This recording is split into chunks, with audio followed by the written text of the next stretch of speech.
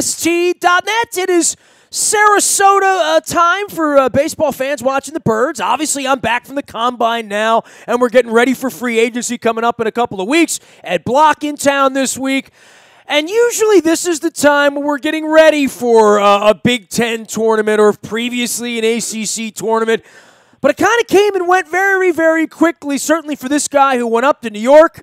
Chris Knoche had his bags packed for 4 days and went home with a lot of clean underwear, clean ties, clean sweaters, and whatnot, as did much of the Maryland contingent. Luke and I watched with Coach Mike Smith, former Falcons coach. We watched the Terps sort of go down on Thursday early, and Chris Knoche joins us now live via satellite where they await the NIT in the not-in tournament. He is ex-coach Knoche out on Twitter, and, of course, the longtime color man and sidekick for our dear friend Johnny Holliday on the Terps Radio Network.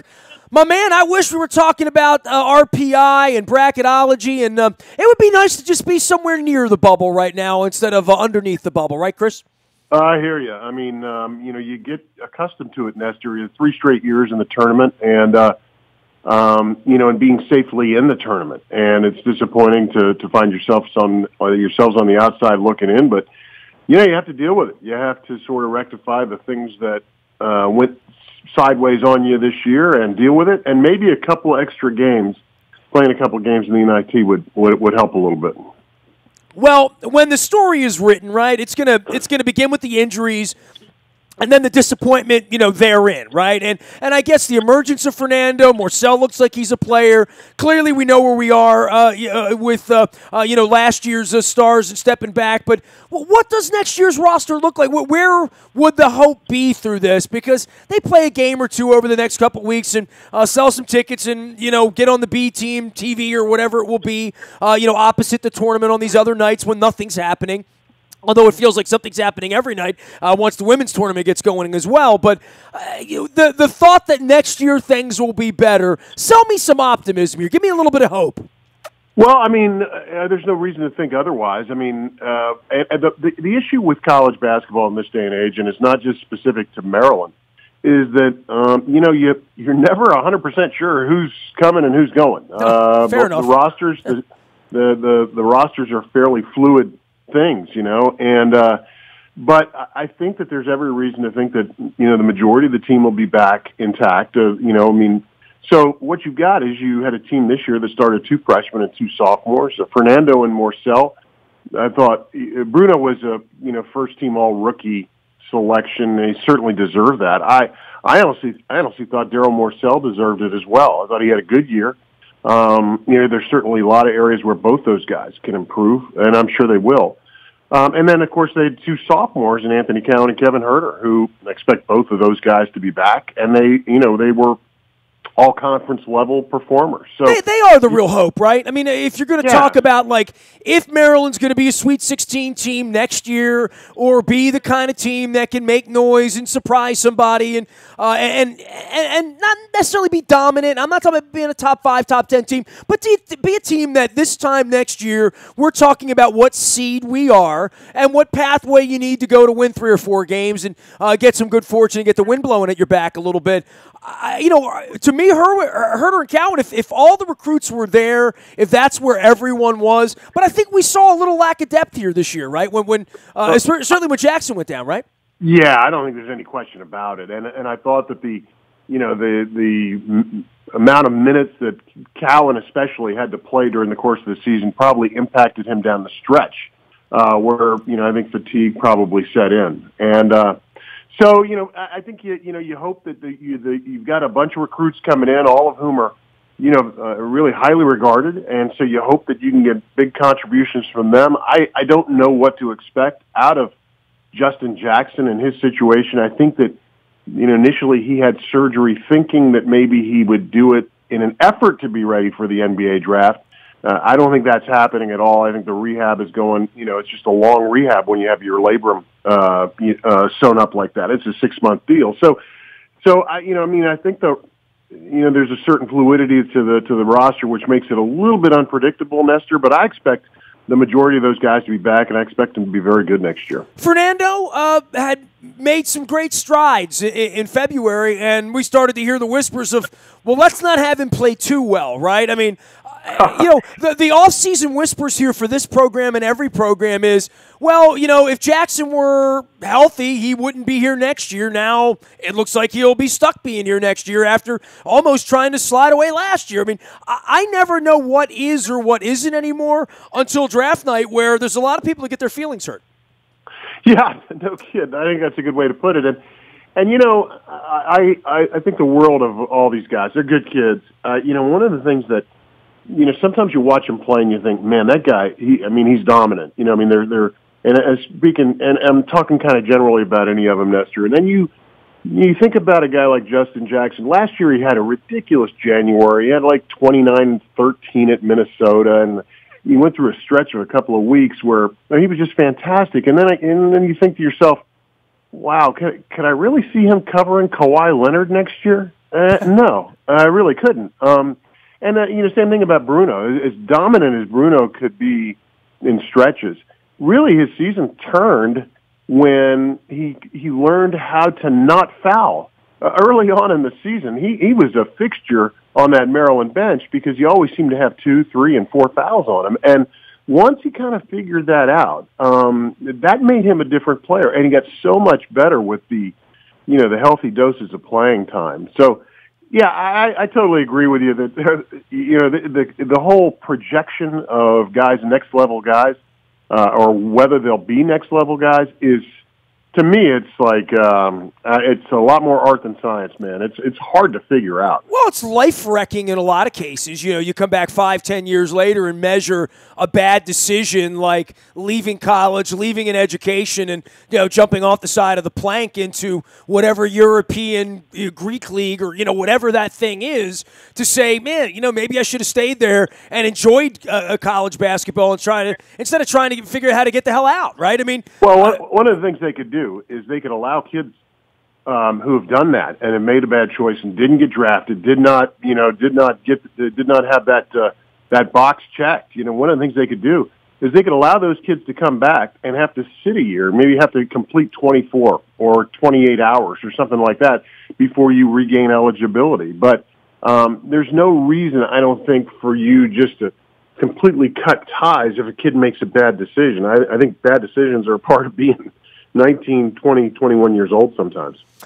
He is with us not often enough, and certainly we'd love to have you on the next couple of weeks talking about going from this side of the country to the other. He is ex-Coach Knoche out on Twitter. Chris Knoche also doing a podcast with Gary Williams. We're going to talk about that. We'll talk about that now because that would be something that, like this week, you guys talking about, where Michigan State's going to be and, where Virginia sits in all this madness and who's going to be the 1 seed, all the brackets. You guys are in full swing here this month talking college basketball, right? Yeah, it's great. But, it's when you got Gary with you, it's not just college basketball. We talked a lot last week about, the NCAA issues in Arizona and the FBI involvement and, how you try and solve these problems. One of the things that Gary had said last week was that he wished he had done more in retrospect. And what he's speaking to, certainly, Nestor's obvious.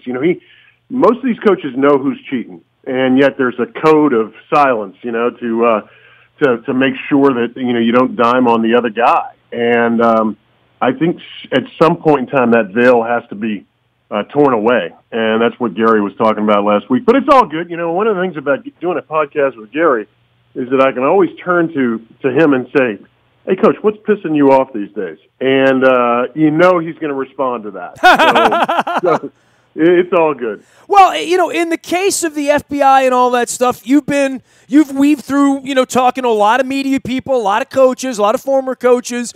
You keep company with, running around the Big Ten. What are you hearing? What are you seeing? What are you feeling from this? Because it felt like this earthquake was going to happen and there would be some rattling, and clearly it made its way on the Turgeon's desk, and we talk about these not-for-long kids. The kid you bring in from Wisconsin who gets a $14,000 bag of money somehow, some way, it winds up with a turtle on it, your name on it, and he played in your uniform, and you got to answer questions for it, and here we go. So it's already made its way to College Park, right? Oh, yeah. Well, it's sort of a guilt by association thing. And I in talking with Mark and Turgeon and his staff, I mean, those guys are adamant about the fact that they'd never met the agent. They don't know him. They don't know the runner whose name was associated with all of that, all of those, all that money. Christian Dawkins, I think his name was. And so, it speaks to, there's so many fundamental things wrong with the system and the way it works. And it's sort of tied into AAU basketball and shoe companies. Obviously, the agents are a part of it. Now, of course, parents are a part of it. And, you have to address all the problems from about 20 different perspectives. And it's somebody's got a hell of a, ball of twine to kind of unravel there, Nestor, to figure out exactly how you deal with it. But, yeah, and I'm kind of disappointed for Mark Turgeon and company, because I honestly believe they didn't have anything to do, obviously, with a 13 or 14 grand or whatever it was associated with Diamond. But one of the things that it speaks to me is that this is just one agent, and one agent's ledger. He can't be doing that in a vacuum. There have to be all sorts of agents doing the exact same thing, and trying to lure kids and lure parents.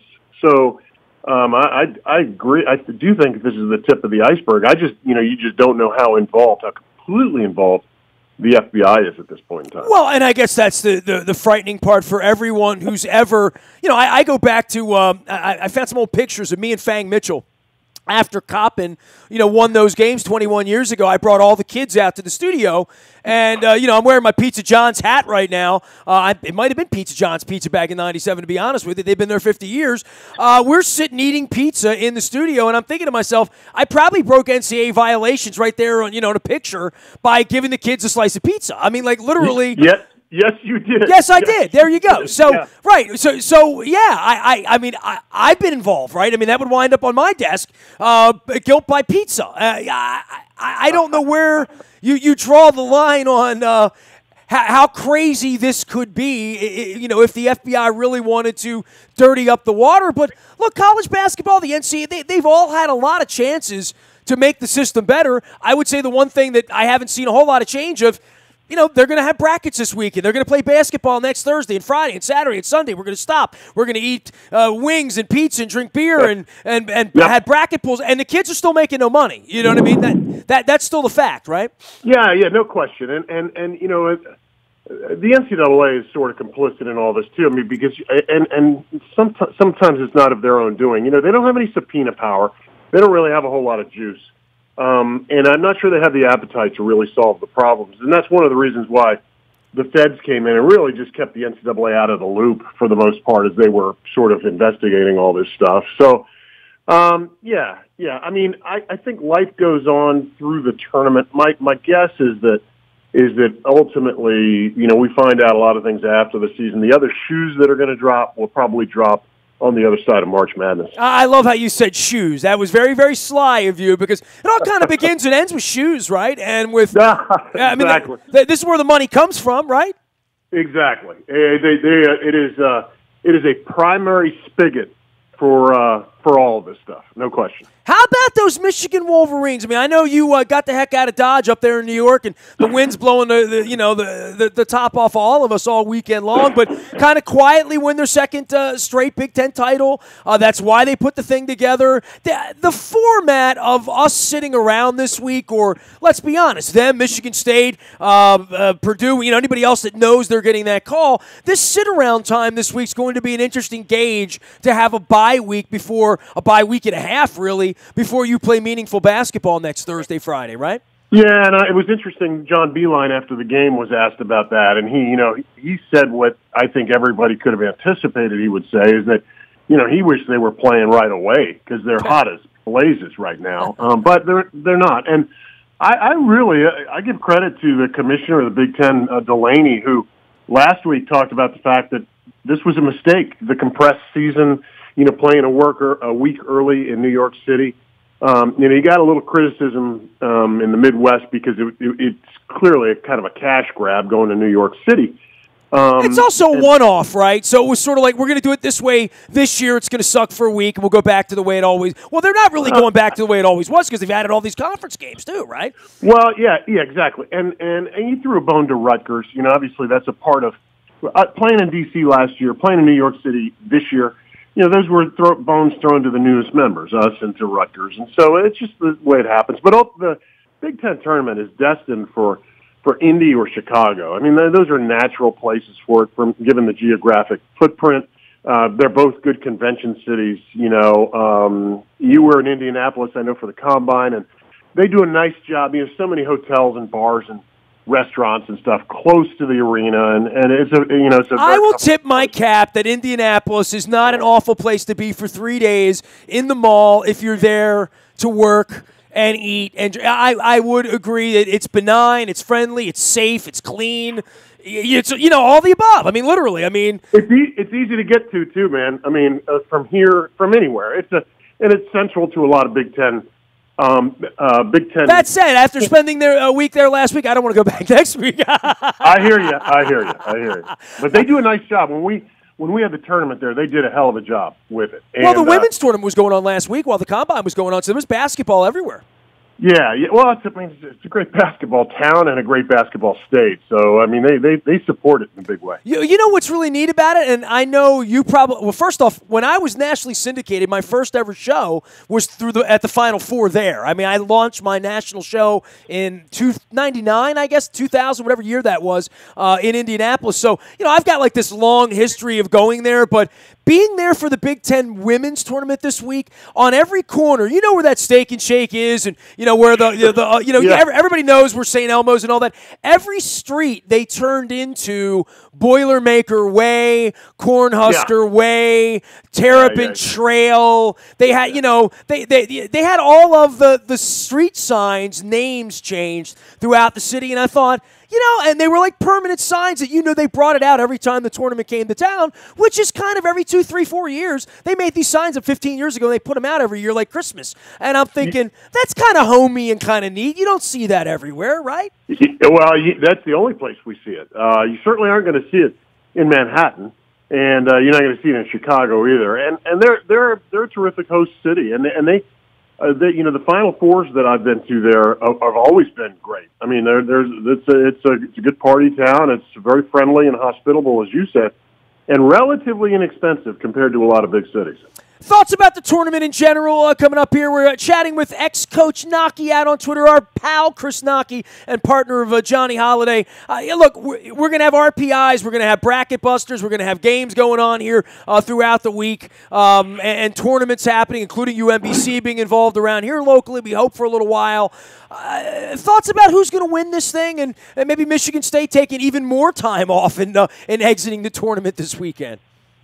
Yeah, Michigan State's one of those teams I wouldn't want to play because they're going to be a little angry losing to an in-state rival like that. And but Nestor, this is the parity in college basketball in this day and age is almost unparalleled. The remarkable thing about the favorites is that they're really there's no prohibitive favorite. I get the fact that Virginia might be the best story of the year, being unranked to start and now being a lock number 1 seed and having a historic year in the toughest league in the country.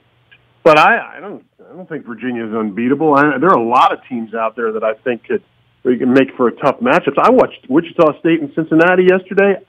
Those are two really good teams, and they're ranked 10th and 11th. So I think the remarkable thing is it would not surprise me this year to have like 5 and 6, 5th and 6th seeds, get to the Final Four, put themselves in position to play for the Final Four.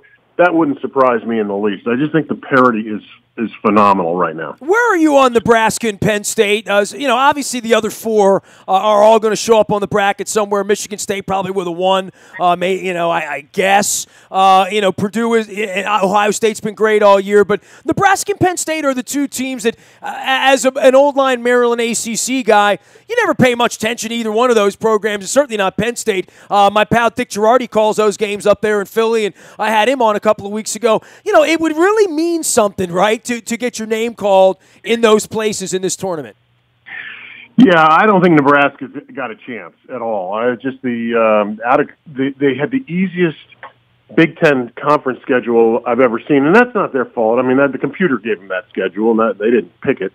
But they didn't play Purdue, Ohio State, or Michigan State twice. Neither one of those. They did have a good win at home against Michigan. It's probably the best win for them, but they didn't do enough, and, of course, they lost in the first round of the tournament. I think Penn State should be in. They've got 3 wins against Ohio State. And, I heard Seth Davis talk about that he didn't think they were in, and I don't know where they fall in bracketology, but I thought that when their big guy, Mike Watkins, was playing for them this year, they were certainly their top 5, their starting 5, was as good as anybody in the Big Ten. Their depth is not, and that might be the Achilles heel when all is said and done, but the starting 5 is very, very good. Chris, make one final plea for NIT in Maryland, and tell my audience why it's a good idea to be in the NIT and to take and play these games. Well, I mean, I certainly understand that, we all fell short of the expectations for the season. I understand that. And, it's disappointing. But I think that you have to understand that you've got 2 freshmen and 2 sophomores in your starting lineup. You have to, until you know otherwise, you have to anticipate they're going to be back next year. And the whole goal is for them to play more and to play more together and to play better. And ideally, what I'd like to see, I wouldn't have a problem, one, if we got sent on the road. And I tell you why, Nestor, this team never really figured out the road thing this year. And they were close, but no cigar. And I just think that if we get sent on the road and have a chance to win a game, maybe 2 on the road, it would really make a big difference, heading these guys into next year. So I think there's just a lot of reasons to play. And there are a lot of teams that are going to be sitting at home in 2 weeks that wish they had the opportunity to play. I just think that the benefits outweigh the detriments for sure. You just said something about Cowan and Herder, and you could even throw Jackson in there coming back. It feels like they're the seniors, doesn't it? I mean, to some degree, it feels like they've been there a long time. And you said sophomore, and I'm like, oh, yeah. Well, I mean, I think your level of expectation gets raised when a kid comes on the court and starts playing as a freshman. You feel like, well, if he's playing as a freshman, he probably ain't going to be here as a senior. And you start to wonder when that pathway comes. I like both of those players. I've gotten comfortable with them, probably so comfortable that the expectation has risen beyond what you would expect out of a sophomore in either case. And, I mean, look, they drove Cowan like a mule, like literally, right? So, in a way you would only want to drive a senior to some degree or would want to have a kid on the floor that much, but you didn't have the depth to do it. They'll come back better basketball players next year. For that, I would say I could buy that optimism, Coach. Well, I appreciate that. I just think you have to remind yourself that these guys are, as you said, they're sophomores. They're 19 years old, 19, maybe 20, and with plenty of room for improvement. And as good, Cowan was 3rd team All Big Ten. Herder should have been probably 2nd or 3rd team. He ended up getting an honorable mention. I think they're both poised for huge years next year. And you look at the next couple of weeks as maybe a springboard opportunity for those things. Well, they got to get better. Everybody's trying to get better, and this is where the jury's out on Turgeon. Every day, I see on the way he needs to get, I'm not the fire the coach guy, but there's a body of work now in 7 years, and it's got to be better than this year, right? I mean, I think that, and obviously, given his contract status, he's not going anywhere. Yeah, and I think that he'd be the first guy to tell you that, he, like his team, he could have certainly had a better year. But, it's like Kevin Herder said at the press conference after the last game, after the Wisconsin game. He said, I know that Coach is going to get a lot of heat for this loss, but, he's not the guy that missed the critical free throw. I'm the guy that did. He's not the guy that threw the ball away or that didn't execute down the stretch of most of our games on the road. That last play that they ran, they had the down 3 against Wisconsin. Nestor, I saw them walk through that play 3 times at the shoot-around the night before. And somehow, some way, there was a disconnect, and one guy didn't get it run correctly. And I think Turge understands that, and I think the staff understands that it was kind of a lost year, and the only way to rebound is to be better next year. They'll all be back. Hopefully, the most of the guys on the team will be too. Plenty of basketball ahead for all of us to watch. He is ex-Coach Knoche out on Twitter. Tell everybody about the what you're doing at Gary's Place and when you do it and all that, because you got this podcast going on. For those who aren't going to hear your voice calling a whole lot of Maryland basketball here during the big games, this is a great way to sort of stay in touch with you, right? Yeah, thanks, and I appreciate that. DC Basketball Coaches podcast we record at the restaurant that is owned by Gary and Tony Kornheiser. It's called Chatter in D.C. We record on Monday nights. The podcast drops on Tuesday morning, available on iTunes, and you can find it pretty much anywhere. It's usually I usually have a link on my Twitter as well. We got to air that on WNST is what we need to do, man. We got to give it a home up here in Baltimore is what we need to do. I love to hear it. Well, drop me a line. We'll stay in touch. Take care, and we will see NIT and the big bracketology stuff going on this weekend. Appreciate you coming out, Coach. All right, anytime, Nestor. Chris Knoche is our pal. He is ex-Coach Knoche out on Twitter, and I'm on the Twitter feed right now, at ChatterDC and at Coaches DC Pod. You can find it. A basketball coach's perspective from Washington, D.C., rarely heard on the record. Gary Williams, Ed Tapscott, Gordon Austin, and host Chris Knoche. Coaches DC Pod is the way to find them out on Twitter, and I'll throw a link your way as well. You can find me out in the buyatoyota.com audio vault 24 hours a day from anywhere in the world on your mobile device. All of our interviews are living there. Just download the TuneIn Radio app. You can listen from where you want, when you want, anytime you want. The buyatoyota.com audio vault and our Listen Live. Nasty at WNST.net.